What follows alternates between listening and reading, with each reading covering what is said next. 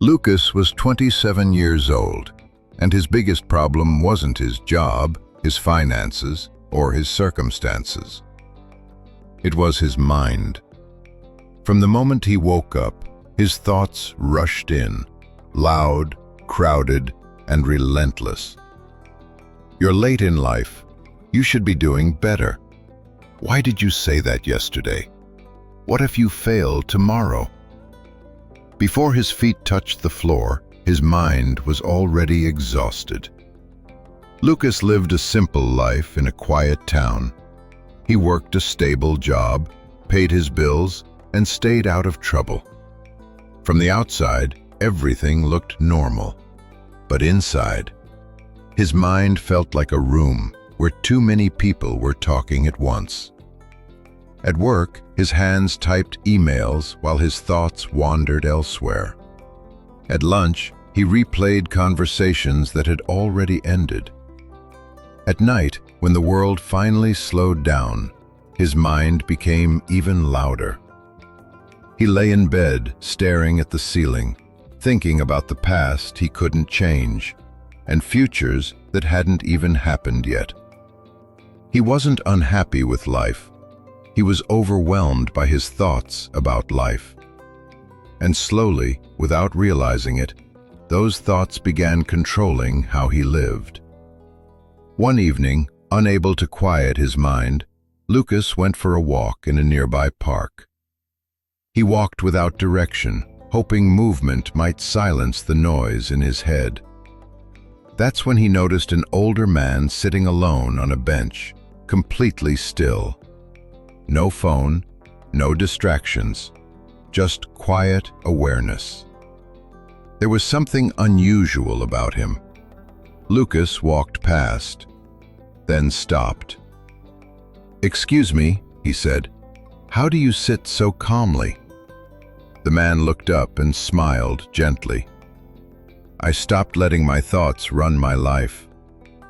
Lucas laughed quietly, unsure if the man was joking. "I don't think that's possible." The man patted the empty space beside him. "Sit," he said, "and tell me what your mind sounds like." Lucas sat down. "It never shuts up," he admitted. "It jumps from one thing to another. Regret, worry, doubt. I feel tired even when I do nothing." The man nodded slowly. "My name is Michael," he said, "and what you're experiencing isn't unusual." He looked straight ahead and said calmly, "Most people aren't living their lives. They're reacting to their thoughts." Michael stood up and motioned for Lucas to follow. They walked to an open field nearby. Michael pointed to the sky.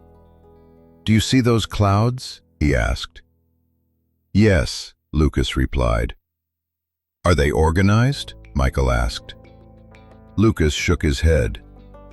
"No, they're scattered everywhere." Michael nodded. "That's your mind," he said. "Random thoughts drifting in every direction. But tell me, does the sky panic because the clouds are messy?" Lucas thought for a moment. "No."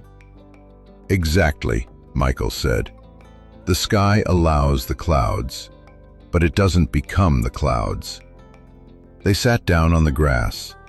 Michael picked up a small stick and drew a circle in the dirt. "This is your life," he said. Then he filled the circle with scribbles. "These are your thoughts, uncontrolled, constant, overlapping." "When your mind is cluttered," Michael continued, "your decisions become cluttered. You hesitate, you overthink, you shrink." Lucas felt something tighten in his chest. "That's me," he said quietly. Michael looked at him and asked, "Do you believe every thought you think?" Lucas frowned. "I guess I do." Michael smiled gently. "That's the mistake. Thoughts are suggestions," he said, "not commands." He continued, "The moment you stop obeying every thought, you regain control. Before they parted, Michael gave Lucas a simple challenge. For the next 7 days, he said, don't try to fix your life. Just watch your thoughts. Lucas looked confused. That's it? Michael nodded. When a thought shows up, don't fight it. Don't follow it. Just notice it and let it pass. The first day was uncomfortable. Lucas realized how noisy his mind truly was. At work, thoughts interrupted him constantly. You're not good at this. They'll notice your mistakes. Why even try? Normally, he would believe them. This time, he watched them. Something strange happened.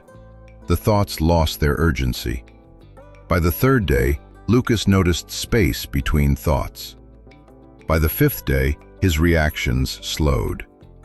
By the 7th day, his mind felt lighter. Not silent, but clearer. When Lucas met Michael again, he said, "My life didn't change, but I did." Michael smiled. When you control your thoughts, he said, you control how you respond. And when you control your responses, you control your life. Michael stood and pointed to the path ahead. A cluttered mind creates a small life, he said. A calm mind creates clarity, and clarity creates freedom. Lucas felt something shift inside him. For the first time, he understood. It wasn't about thinking positive. It wasn't about thinking big. It was about thinking consciously. As Lucas walked home, the same streets felt different. The same problems existed, but they no longer owned him. Thoughts came and went, but they no longer ruled him. Lucas smiled softly. My thoughts don't control me, he whispered. I choose which ones do. And that is the real power. Not controlling the world, not forcing success, but mastering the mind. Because the moment you take control of your thoughts, you take control of your life. If this story resonated with you, please like and share it with someone who needs clarity today. And don't forget to subscribe for more stories that help you master your mind and live with intention. Until next time, stay aware, stay calm, and choose your thoughts wisely.